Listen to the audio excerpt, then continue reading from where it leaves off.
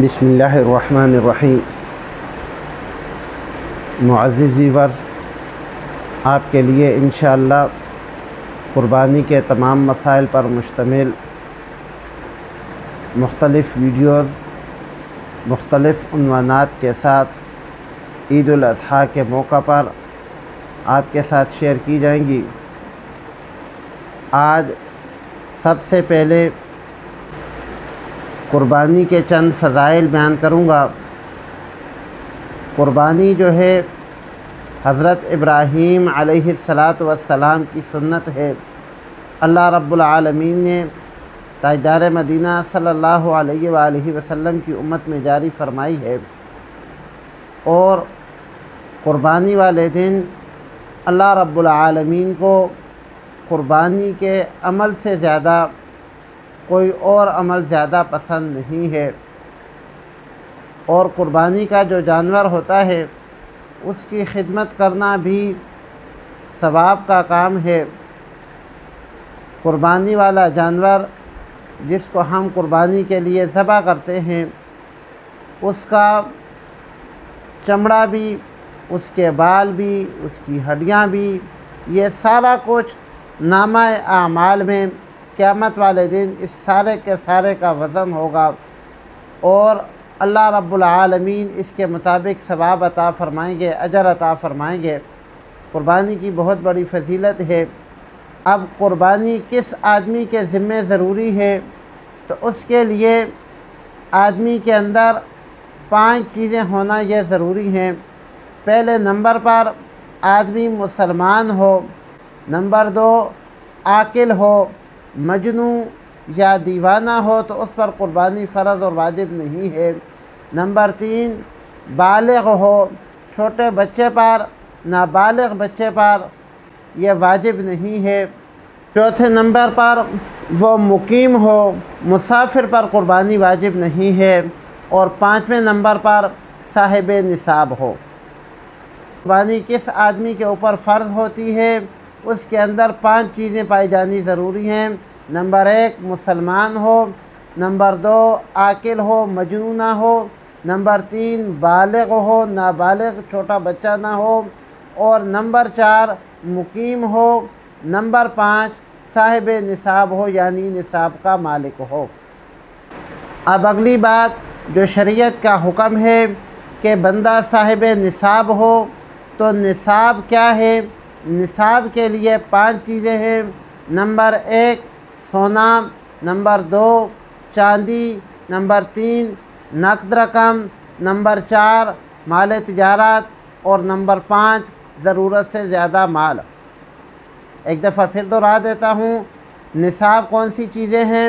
Number 1 سونا، number 2 چاندی، number 3 نقد رقم، نمبر 4 تجارت کا مال، اور نمبر 5 جو ہے وہ ضرورت سے زیادہ مال جو گھر میں انسان کے پڑا ہوتا ہے وہ مال ہے۔ اب ان 5 مالوں کی مختصر سی وضاحت کر دیتا ہوں۔ پہلے نمبر پر سونا ہے۔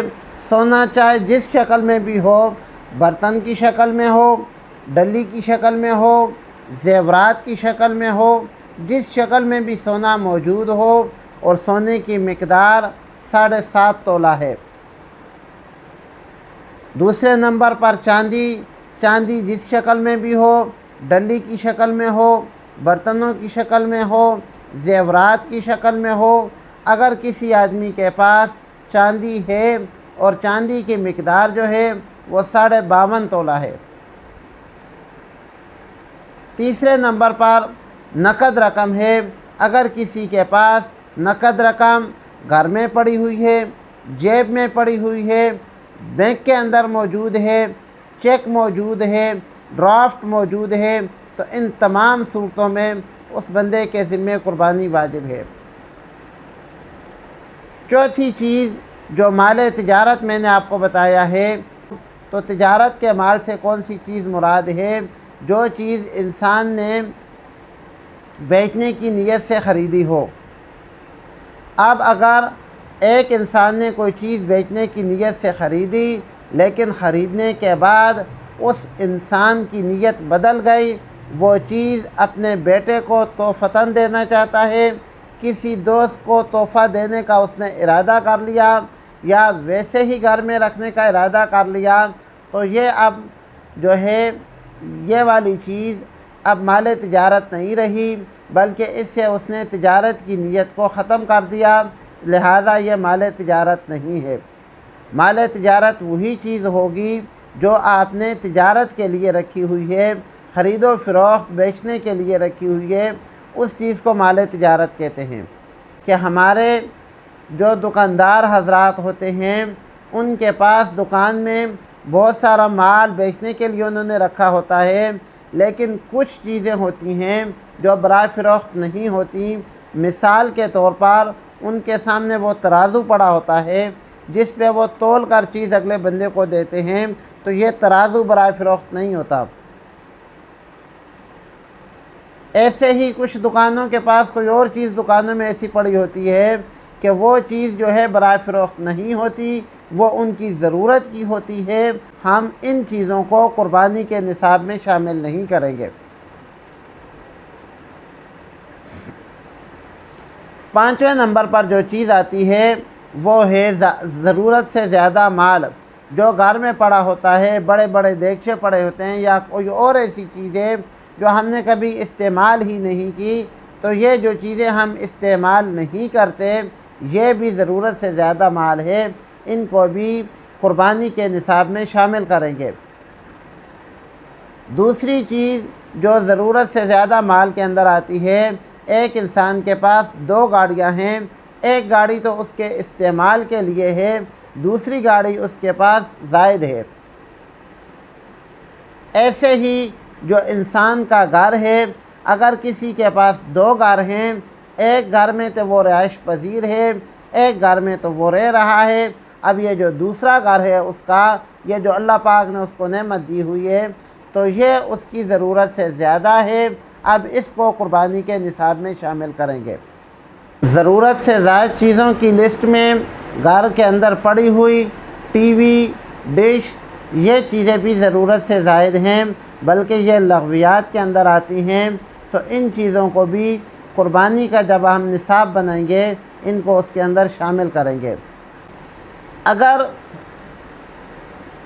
کسی صنعت کار نے ایک فیکٹری لگائی ہوئی ہے، کوئی بھی پروڈکٹ وہ تیار کر رہا ہے، تو اس کے لیے وہ جو مشینری اس نے رکھی ہوئی ہے، اس مشینری کی جو قیمت ہے اس کو ہم قربانی کے نصاب پورا کرنے کے لیے شامل نہیں کریں گے، بلکہ یہ علیحدہ سے ہے، یہ ضرورت سے زائد بھی نہیں ہے، یہ مال تجارت بھی نہیں ہے، اس کو نقدی میں بھی شمار نہیں کریں گے، یہ قربانی کے نصاب میں کہیں پر بھی شامل نہیں ہوتی۔ قربانی کا وقت کون سا ہے؟ قربانی کا وقت 10 ذو الحجہ کی طلوع فجر سے لے کر 12 ذو الحجہ کے غروب آفتاب تک ہے۔ یہ تو اس کا پورا کرائٹیریا ہے، اس کے درمیان کسی وقت بھی قربانی کی جا سکتی ہے۔ اب شروع کا وقت کون سا ہے؟ شہروں کے اندر اگر عید کی نماز پڑھی گئی تو اس کے بعد قربانی کرنا جائز ہے، عید کی نماز پڑھنے سے پہلے قربانی کرنا جائز نہیں ہے۔ اس میں بھی ایک ضروری وضاحت ہے کہ شہر کے اندر پورے شہر میں کسی ایک جگہ بھی اگر نماز ادا کر دی گئی ہو تو اگرچہ ان کے محلے میں نماز ادا نہیں ہوئی، لیکن شہر کے اندر کسی بھی جگہ پر نماز عید کی ادا ہو گئی ہے تو اس کے بعد وہ بندہ قربانی کر سکتا ہے، اس بندے کی قربانی جائز ہے۔ دیہاتوں کے اندر جہاں پر آبادی کم ہوتی ہے اور عید کی نماز فرض نہیں ہوتی، ایسی جگہوں کے اوپر طلوع فجر کے بعد قربانی کی جا سکتی ہے۔ تیسری چیز یہ ہے کہ اگر کوئی بندہ خود شہر میں ہے اور اپنی قربانی گاؤں میں کرنا چاہتا ہے اور شہر میں ابھی تک عید کی نماز ادا نہیں ہوئی اور گاؤں والے اس کی عید کی نماز ادا کرنے سے پہلے ہی اس کی طرف سے قربانی کر دیتے ہیں تو یہ قربانی کرنا جائز ہے۔ اگر کوئی بندہ بیرون ملک مقیم ہے تو اس کی قربانی کا وقت کون سا ہے؟ اس کی طرف سے اگر کوئی بندہ قربانی کرنا چاہتا ہے یا وہ بندہ کسی کو پیسے بھجوا دیتا ہے کہ آپ جو ہے میری جگہ قربانی کر دینا، تو اس کے لیے یہ چیز ضروری ہے کہ جس ملک کے اندر قربانی ہو رہی ہے اور جس ملک کے اندر وہ دوسرا بندہ رہ رہا ہے، دونوں ملکوں کے اندر قربانی کا وقت ہونا ضروری ہے۔ اب ایسی صورت میں جب دوسرے ملک میں، جس ملک میں وہ آدمی رہ رہا ہے، اس ملک کے اندر قربانی کا وقت ختم ہو گیا، تو ایسے ملک کے اندر وہ قربانی نہیں کر سکتا جہاں پر ابھی تک قربانی کا وقت موجود ہے۔ ہاں وہ خود جہاز پہ بیٹھ کے آ جاتا ہے تو پھر تو ٹھیک ہے، لیکن وہ وہیں سے اگر قربانی کروانا چاہتا ہے تو یہ پھر نہیں ہو سکتی، کیونکہ جہاں پر وہ مقیم ہے وہاں قربانی کا وقت گزر چکا ہے۔ اب اگلی بات، اگر کسی بندے نے قربانی نہیں کی، اس پر قربانی واجب تھی پھر بھی نہیں کی، تو قربانی کا وقت ختم ہونے کے بعد ایک جانور صدقہ کرنا اس کے ذمہ لازم ہے۔